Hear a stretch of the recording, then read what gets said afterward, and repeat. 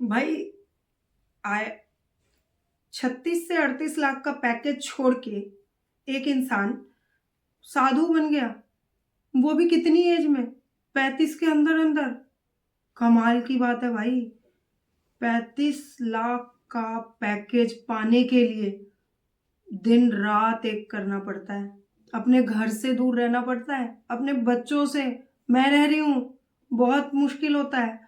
लेकिन ये सब छोड़ के एक लड़का आज के टाइम में, जिसने एस्ट्रोनॉट की पढ़ाई की थी आईआईटी मुंबई से, झूठ नहीं बोल रही हूं मैं, सच्ची बात है। देखो सबको मजाक क्यों लगता है, सच है ये, है ना। चलिए मैं उसी लड़के के बारे में आपको बताऊंगी आज। बहुत छोटी सी स्टोरी है, सच है, जो कि आजकल बहुत ज्यादा गूगल पे ट्रेंड कर रही है। आईआईटी वाले बाबा। अब पता चला किसकी बात हो रही है। यस, आईआईटी वाले बाबा की बात करने जा रही हूँ। उससे पहले वही नमस्कार, प्रणाम, आदाब, सत श्री अकाल। कैसे हैं आप सभी? स्वस्थ हैं, मस्त है और व्यस्त है ना। होना भी चाहिए बॉस, क्योंकि बहुत जरूरी है। जो व्यस्त होता है उसी की पूछ है, बाकी तो हर किसी का ऐसा ही लाइफ चल रहा है। चलिए अब आते हैं आईआईटी वाले बाबा के नाम से एक लड़का बहुत फेमस है। अब उन्हें आप साधु कहें, है ना। उसकी कई चीजें मुझे बहुत अच्छी लगी, उनकी कई चीजें मुझे बहुत अच्छी लगी। शुरुआत करती हूँ है कहाँ से। तो सुनने में आया हरियाणा से है लड़के जिसकी हम बात कर रहे हैं। आईआईटी वाले बाबा हरियाणा से हैं। इन्होंने आईआईटी मुंबई से पढ़ाई की और पढ़ाई करने के बाद अपनी सिस्टर के पास कोविड के टाइम में चले गए। वहां पर शायद 30 से 36 लाख के बीच का कुछ पैकेज था इनका ईयरली। 4 साल ये किसी के साथ थे, रिलेशनशिप में भी रहे। और उसके बाद ऐसा सुनने में आ रहा है कि भाई उसके साथ ब्रेकअप हो गया तो ये धर्म वर्म में आ गए। नहीं, ऐसा नहीं है। जब आईआईटी वाले बाबा से बात की गई तो ये समझ आया कि आईआईटी वाले बाबा बेसिकली उनके फादर ने बताया कि एक टाइम ऐसा था कि वो डिप्रेशन में आ गया था। तो उसने जब डॉक्टर्स को दिखाया गया, उनके घर वालों के ने आईआईटी वाले बाबा को दिखाया डॉक्टर्स को, तो डॉक्टर्स ने कहा कि अब इसका डिप्रेशन इस लेवल पे आ गया है कि ये डिप्रेशन को छोड़ के अब अपने आप को धर्म की राह पर लेके जा रहा है। और धीरे धीरे एक ऐसा टाइम आया कि आईआईटी वाले बाबा ने अपने पढ़ाई लिखाई सब कुछ को भूल के अपने पेरेंट्स को भी ब्लॉक कर दिया और सब लोगों से डिटैच होकर भगवान की तरफ अटैच होने लगे। कहते हैं ना, एक जगह से ब्लॉक तो दूसरी जगह से अनब्लॉक। वही हुआ आईआईटी वाले बाबा के साथ। उसके बाद बहुत टाइम तक वो भगवान को जानने में उसमें लगे रहे। अभी एक ऐसे ही महान आत्मा साधु जी ने उन्हें कहा कि तुम चलो मेरे साथ, अभी पूर्ण महाकुंभ लग रहा है। बस आईआईटी वाले बाबा क्या है, एक मैथिली में कहावत है, आगू नाथ ने पाक छुपगा। मतलब कुछ था नहीं, बस अपना शरीर उठाया, महादेव का नाम लिया, नमः पार्वती पते हर हर महादेव, और पहुंच गए कुंभ में। कुंभ में आते ही ऐसे ही बड़ा कमाल हुआ। उनसे एक इंटरव्यू लिया गया जब उन्होंने अपनी इंफॉर्मेशन दी कि भैया हम तो ये कर चुके हैं, तुम बहुत नॉलेजेबल हो लेकिन हम तो ज़्यादा नॉलेजेबल नहीं है, लेकिन हमने आईआईटी मुंबई से एस्ट्रोनॉट की पढ़ाई की है।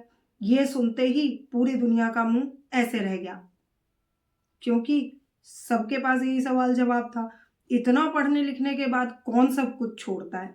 यही बात है। तो बस आईआईटी वाले बाबा ने अपना इंट्रोडक्शन दिया, तब से ट्रेंडिंग पर हैं। और ऐसे ही कई बाबा जो हैं आजकल बहुत फेमस हो रहे हैं। सबसे अच्छी बात है ये युवा है, जो मुझे बात ये अच्छी लगी, ये युवा है। इनके अपनी एक विचारधारा है। इनका कहना है कि अगर किसी से लगाव रखना है तो ऊपर वाले से रखो। इनका कहना है कि भगवान भी अगर आज इस धरती पे आ जाएं तो लोग जो है उनसे उनका आधार कार्ड मांग लेंगे।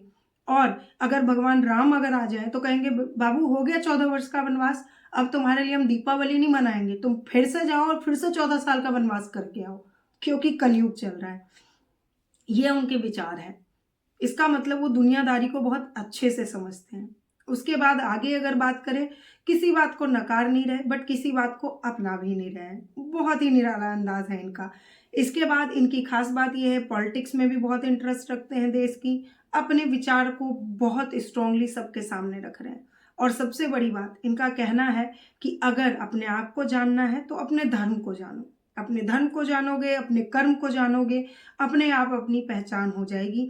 और उनका कहना है कि मुझे अब किसी में आनंद नहीं आता, जो आनंद, जो परमानंद जो मिलता है मुझे, वो सब उस ऊपर वाले से मिलता है। और वो इस शोहरत को, इस चीज़ों को, ये ट्रेंडिंग होना, वायरल होना, कोई असर नहीं है इस सब चीज़ों का उनके ऊपर। उनका कहना है मैं मस्त मलंगा हूँ, जैसा हूँ मस्त हूँ, और मैं सिर्फ और सिर्फ महादेव का ध्यान करता हूँ, भगवान का ध्यान करता हूँ, और बहुत सारी चीज़ें। तो ये थी आईआईटी वाले बाबा की कहानी। मिलती हूँ अगली कहानी में। एक बाबा तो ऐसे भी हैं जिन्होंने बहुत सारे रुद्राक्षों को अपने ऊपर धारण कर रखा है।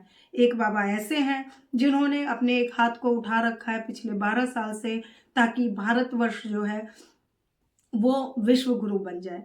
तो ऐसे ऐसे इंटरेस्टिंग बाबाओं की, एक तो भाई अपने ही स्वैग में चल रहे हैं, एक पुरानी उनकी कार है जिसमें वो पूरे दुनिया में ट्रैवल कर रहे हैं, देश में ट्रैवल कर रहे हैं, और उसी में रहते हैं, उनका अपना ही स्वैग है। तो ऐसे ऐसे बड़े सारे इंटरेस्टिंग बाबा और बहुत सारी चीज़ें आ रही हैं, मुझे भी सुनने में आ रही है। अब मैं आप लोगों से डिस्कस करती रहूँगी, और इंटरेस्ट आएगा, आपको भी आएगा, मुझे भी आएगा।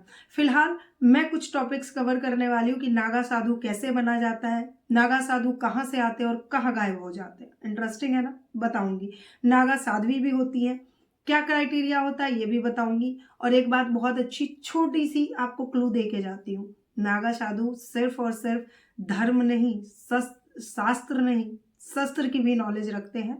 इनका उद्गम क्या है, क्या कैसे है, इसके बारे में अगली कहानी में डिस्कस करूंगी। तब तक के लिए स्वस्थ रहिए, मस्त रहिए और व्यस्त रहिए। अपना और अपनों का ध्यान रखिए। उम्मीद है आपको मेरी कहानियां इंटरेस्टिंग लग रही होगी, कुछ नया सीखने को मिल रहा होगा। प्लीज़ कमेंट में ज़रूर बताएं मैं कितनी गलतियां कर रही हूँ। हालांकि मैं जानती हूँ मैं 100 में से 90 गलतियां कर रही हूँ, बट ये आप लोगों का प्यार है। 90 गलतियां करने के बाद भी 10 को लेके पॉजिटिव होकर आप सभी से बतिया रहे हैं हम, और बहुत अच्छा फील कर रहे हैं। उम्मीद है अगली कहानी में आप जरूर मिलेंगे। अच्छी लग रही हैं चीजें तो प्लीज लोगों के साथ शेयर करें, क्योंकि जब आप लोग ऐसा करेंगे, कमेंट करेंगे, तो मुझे भी हिम्मत मिलेगी और मैं भी कुछ कर सकती हूँ, जो कि आप लोगों के सपोर्ट के बिना पॉसिबल नहीं।